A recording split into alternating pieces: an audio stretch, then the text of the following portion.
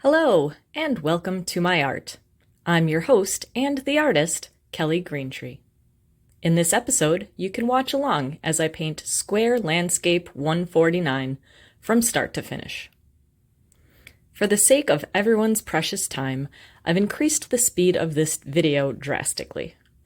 Watching someone paint in real time is just a few notches above watching paint dry, unless they're a super speedy painter.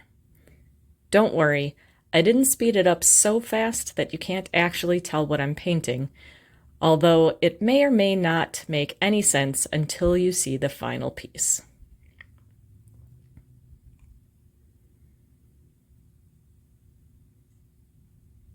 What I'm working on is an oil painting on stretched canvas.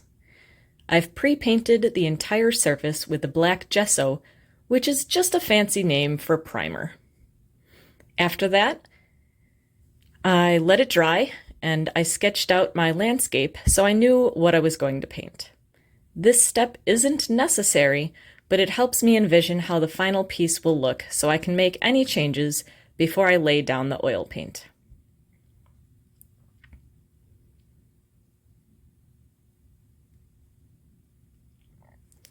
In case you were wondering, this is a 6-inch by 6-inch canvas. I know you're probably thinking, that's so small, it can't possibly have taken very long to paint.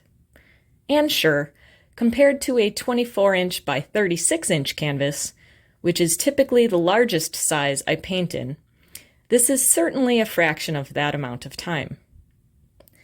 But when you shrink the canvas, you also have to shrink the size of the brushes you use. 20 hairs on a single brush doesn't hold very much paint. So there's a lot of time spent dipping the brush in paint, applying it to the canvas, re-dipping it in the paint, reapplying it to the canvas, and so on, until you've finally covered all 36 square inches of this tiny canvas.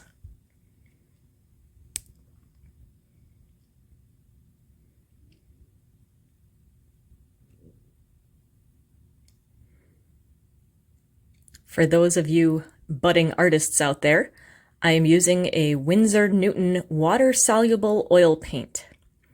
Yes, I know that sounds like an oxymoron, but I'm not the scientist here.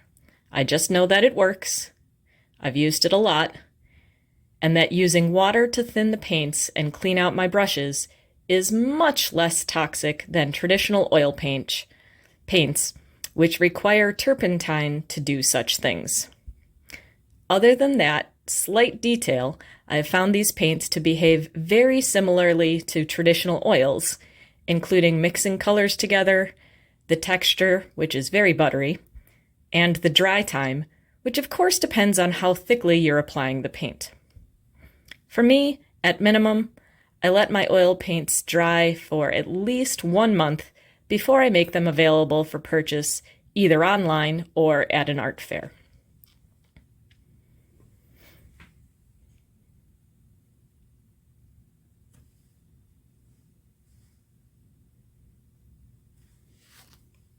Most of the time, I am painting my oil paintings in the middle of winter. This allows me to have enough dry time for all of the oils, as well as build up enough stock to sell them at the art fairs that I attend in the summer months. I only do shows in the Wisconsin area at this time. I have done a few in Illinois and in Michigan, but it seems not quite worth the drive time and effort to do one show here and there in another state, plus paying the sales tax and all of that just to do the one show there. So I've narrowed it down, and at the moment I'm just doing shows in Wisconsin. You can find my entire schedule on my website, www.artbykelli.net, and that is Kelli with an I. You can also follow me on Instagram at @artbykelli or on Facebook at @artbykelligreentree.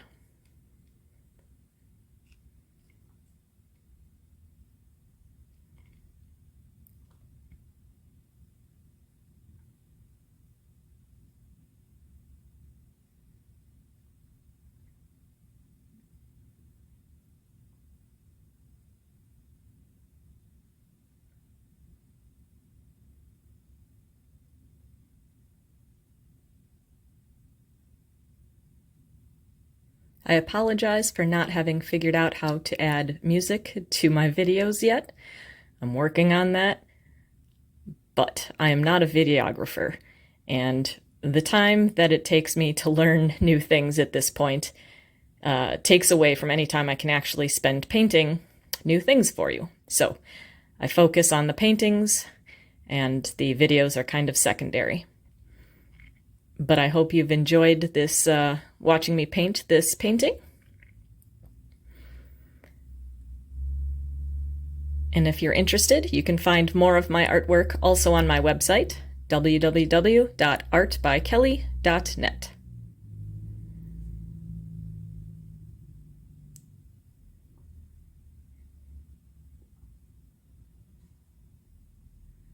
Just adding some final touches here to the painting.